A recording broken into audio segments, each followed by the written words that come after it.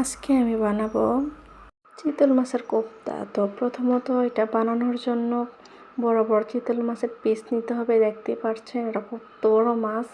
তো এই মাছটা হচ্ছে আমি আমার যখন বাপের বাড়িতে গেছিলাম, আব্বু পুকুরে জাল ফেলেছিল। তো অনেক বড় একটা চিতল মাছ উঠছে। তো আব্বু আমাকে কেটে কেটে এটা দিয়ে দিয়েছিল। তো এত কাটা, এটা আমরা কেউ খাইতে পারতেছি না। তো ভাবলাম কী রান্না করা যায়। তো ইউটিউবে সার্চ দিলাম, দেওয়ার পর আসলে এই চিতল মাছটা। তো এটাকে থেতলিয়ে নিতে হয়, তারপরে এটাকে কাঁটা চামচ দিয়ে ভালোভাবে এটার মাছের মাংসটা বের করতে হয়। আর এরকম একদম কিমা কিমা হয়ে যায়।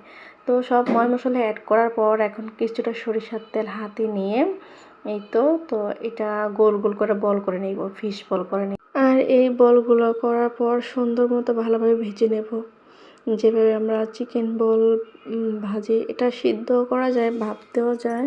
তো আমি এটা সুন্দর মতো ভেজে নিচ্ছি, ভেজে তরকারিটা রান্না করবো আর কি। তো এই তো সবগুলা বল নিয়ে নিলাম, ভাজা শেষ। এখন হচ্ছে রান্নার পালা।